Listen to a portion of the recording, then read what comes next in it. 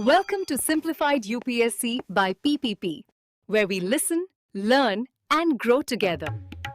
Detailed lecture notes in English and Hindi, plus practice questions for prelims and mains, only on our Telegram channel. Link in description. Like and subscribe for more. UPSC की तैयारी कर रहे दोस्तों, simplified UPSC bye PPP में आपका स्वागत है।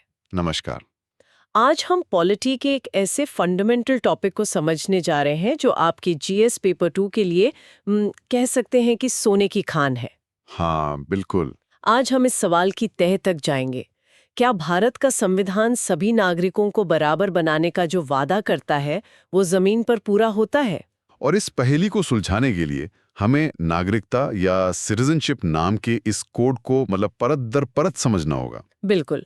तो आज हम एनसीईआरटी की क्लास 11 पॉलिटिकल थ्योरी की किताब के चैप्टर 6 नागरिकता का विश्लेषण करने वाले हैं। और ये चैप्टर सिर्फ किताबी ज्ञान नहीं है। आज भारत में जो भी बड़ी बहसें हो रही हैं, सीएए से लेकर एनआरसी, आरक्षण तक, ये उन सबको समझने की एक तरह से मास्टर की है। तो आज का हमारा मिशन सिर्फ परिभाषाएं रटना नहीं, बल्कि एक मजबूत कंसेप्चुअल बेस बनाना है। हाँ, हम देखेंगे कि क्या सच में वन इंडिया का मतलब वन टाइप ऑफ सिटीजन है या कहानी कुछ और है। चलिए इस टूल किट को खोलते हैं। चलिए तो शुरू करते हैं सबसे बुनियादी बात से। किताब कहती है कि नागरिकता एक पॉलिटिकल स्टेटस है।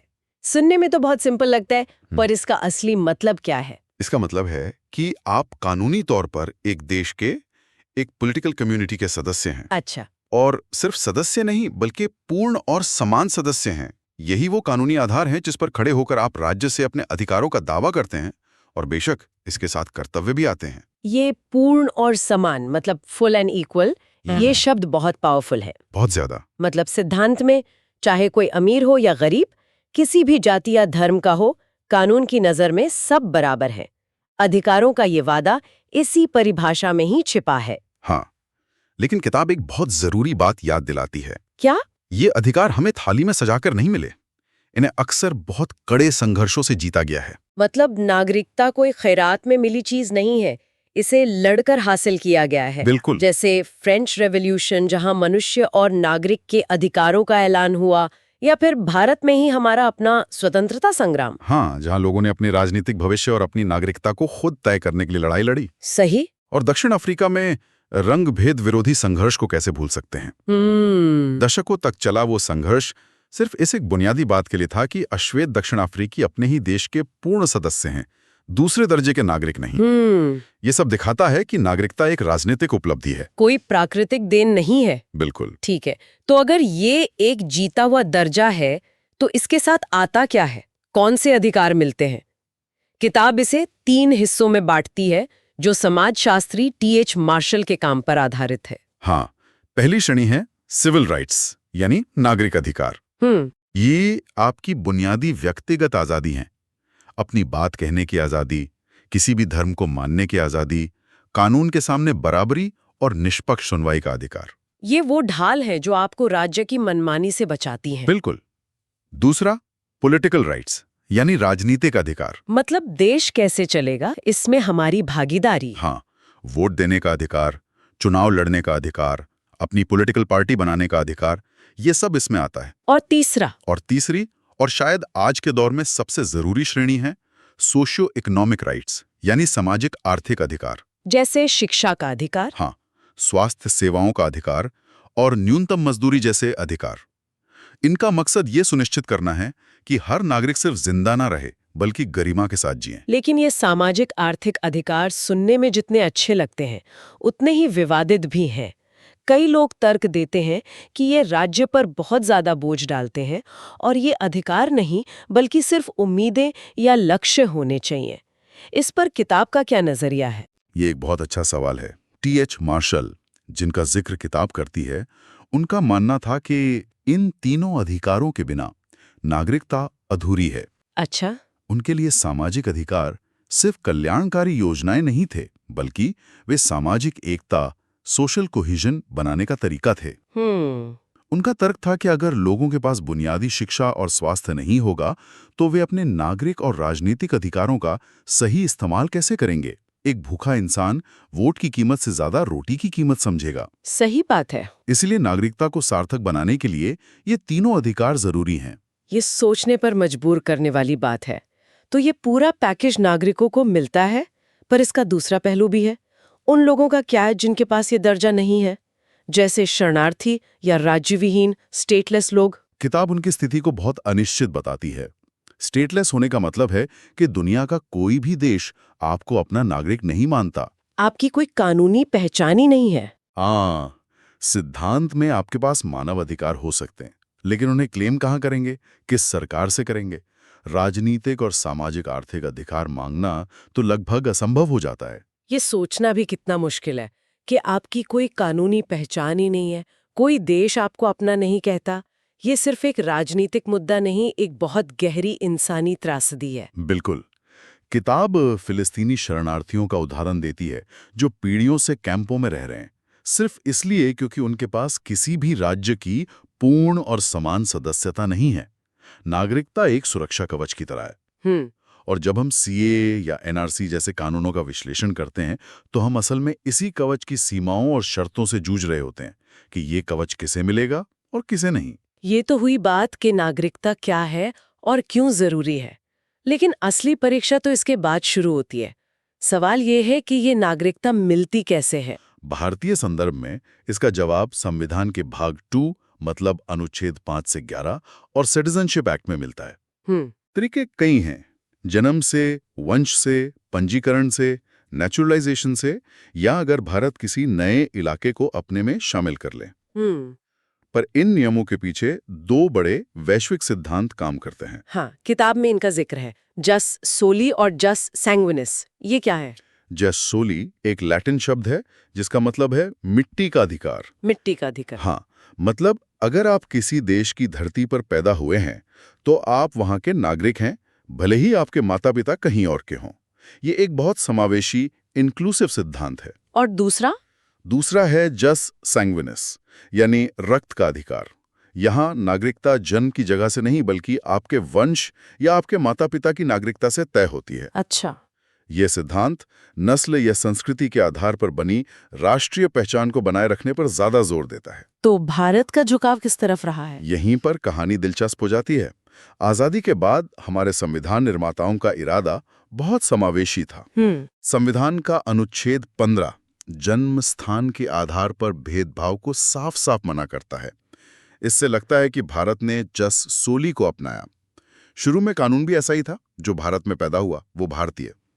लेकिन धीरे धीरे इसमें बदलाव आया। बदलाव क्यों आया? 1986 और 2003 में सिटीजनशिप एक्ट में संशोधन हुए जिन्होंने शर्तें कड़ी कर दी। अच्छा। अब भारत में पैदा होने के साथ साथ ये भी जरूरी हो गया कि जन्म के समय आपके माता पिता में से कम एक भारतीय नागरिक हो और अवैध प्रवासी न हो। तो ये जो शिफ्ट हुआ जस सोली से जस सैंग्विनिस की तरफ, इसका मतलब ये है कि भारत ज्यादा एक्सक्लूसिव होता जा रहा है। ये एक व्याख्या हो सकती है। इसे अक्सर प्रवासन, माइग्रेशन और राष्ट्रीय सुरक्षा की चिंताओं से जोड़कर देखा जाता है। तो भारत का मॉडल अब एक तरह का मिश्रण, एक हाइब्रिड बन गया है, जो समय और राजनीति के साथ बदलता रहा है। राइट। और फिर एक और तरीका है नेचुरलाइजेशन, यानी जीवन में बाद में नागरिकता हासिल करना। लेकिन ये कोई अधिकार नहीं है, ये राज्य का विशेषाधिकार है जो वो अपनी शर्तों पर देता है। ठीक है, ये तो हुई बात कि नागरिकता मिलती कैसे है, लेकिन असली परीक्षा तो इसके बाद शुरू होती है। जब एक बिहारी मजदूर मुंबई में काम करने जाता है तो क्या उसकी पूर्ण और समान सदस्यता कागज पर ही रह जाती है? हाँ। यहीं से बाहरी बनाम स्थानीय की वो बहस शुरू होती है जो भारत की एकता को रोज चुनौती देती है। बिल्कुल, ये सन्स ऑफ द सॉइल यानी भूमिपुत्र का तर्क है। संविधान तो हर नागरिक को देश में कहीं भी आने जाने, बसने और काम करने का अधिकार देता है। लेकिन जमीनी हकीकत कुछ और है। हाँ, जमीनी हकीकत में स्थानीय लोगों को अक्सर लगता है कि बाहरी लोग उनकी नौकरियां, संसाधन और संस्कृति छीन रहे हैं। और ये सरकारों के लिए एक बड़ी दुविधा खड़ी कर देता है। क्या राज्यों को नौकरियों या कॉलेज में स्थानीय लोगों को प्राथमिकता देनी चाहिए? हाँ। अगर वो ऐसा करते हैं तो क्या ये एकल भारतीय नागरिकता के विचार के खिलाफ नहीं है? ये राष्ट्रीय एकता और क्षेत्रीय पहचान के बीच एक लगातार चलने वाला तनाव है। और यही तनाव हमें इस अध्याय की सबसे बड़ी वैचारिक बहस की तरफ ले जाता है। यूनिवर्सल सिटीजनशिप बनाम डिफरेंशिएटेड सिटीजनशिप। बिल्कुल।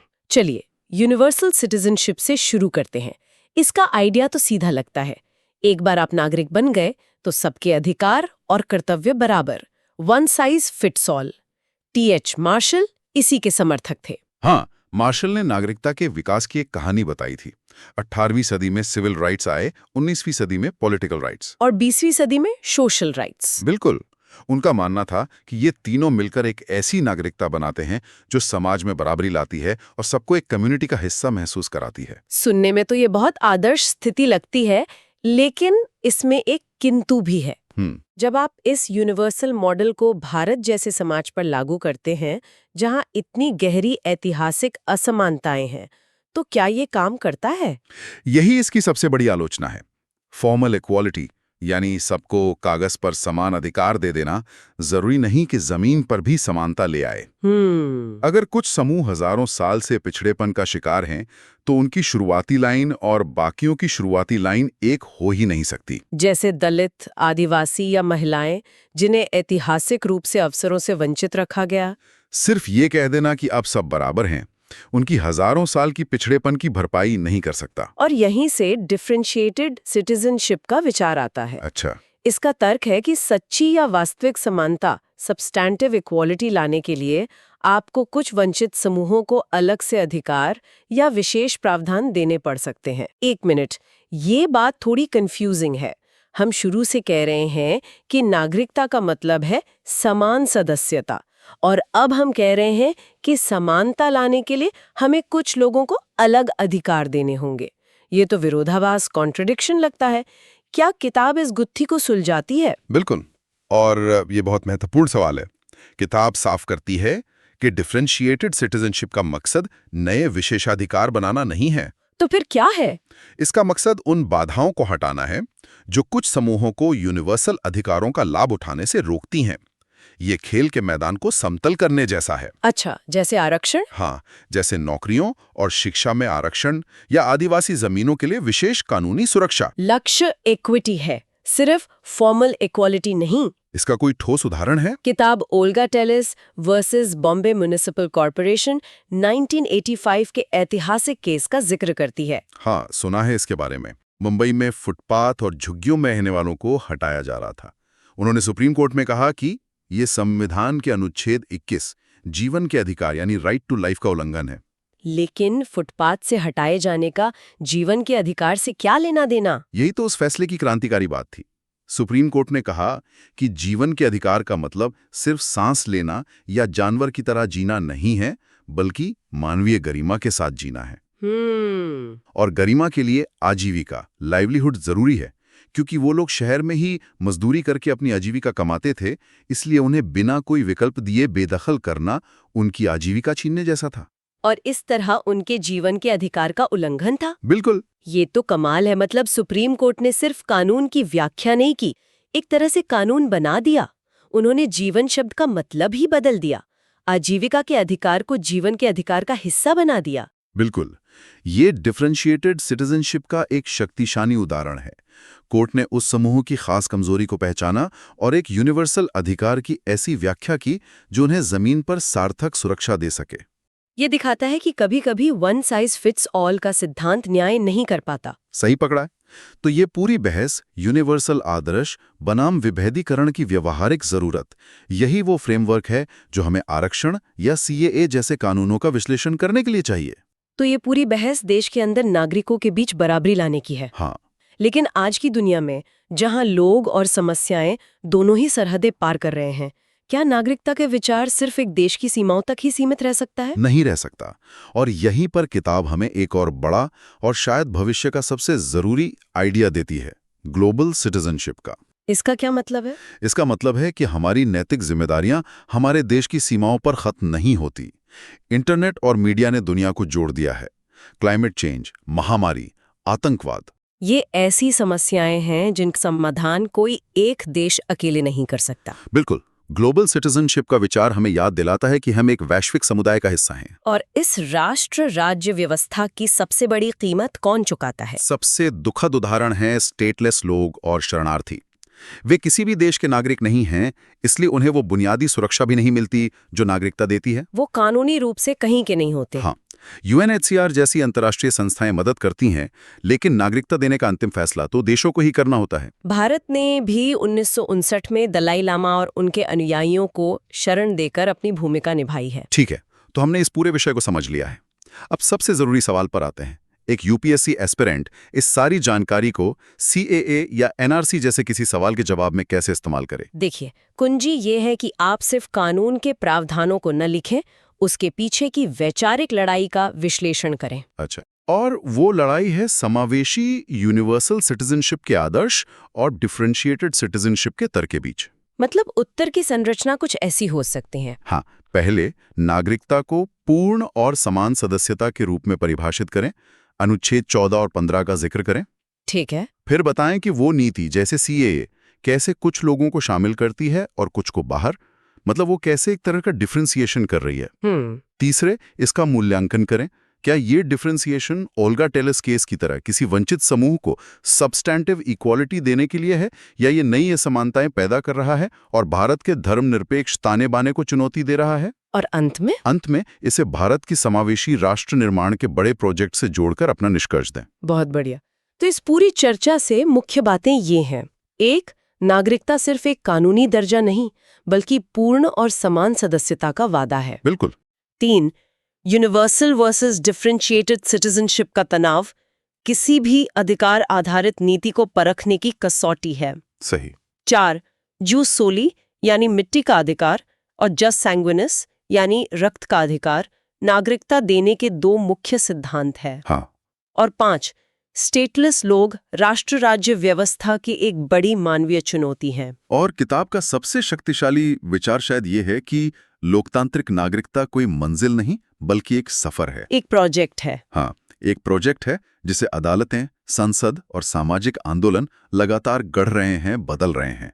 तो असली सवाल ये नहीं है कि नागरिकता किसे मिलती है, बल्कि ये है कि वो नागरिकता जमीन पर वास्तविक समानता और गरिमा देने में कितनी सफल होती है। बिल्कुल। और सुनने वालों के लिए एक सवाल छोड़ जाते हैं। अपने आसपास किसी ऐसी नीति के बारे में सोचिए जो स्थानीय लोगों को, प्रवासियों पर प्राथमिकता देती हो। क्या वो यूनिवर्सल है या डिफरेंशिएटेड? और वास्तविक समानता लाने के लिए उसके पक्ष और विपक्ष में क्या तर्क हैं? कागजी बराबरी और जमीनी बराबरी के इस फर्क पर जरूर सोचिएगा। Thanks for watching. Follow us on Telegram and Instagram. Don't forget to like, share, and subscribe.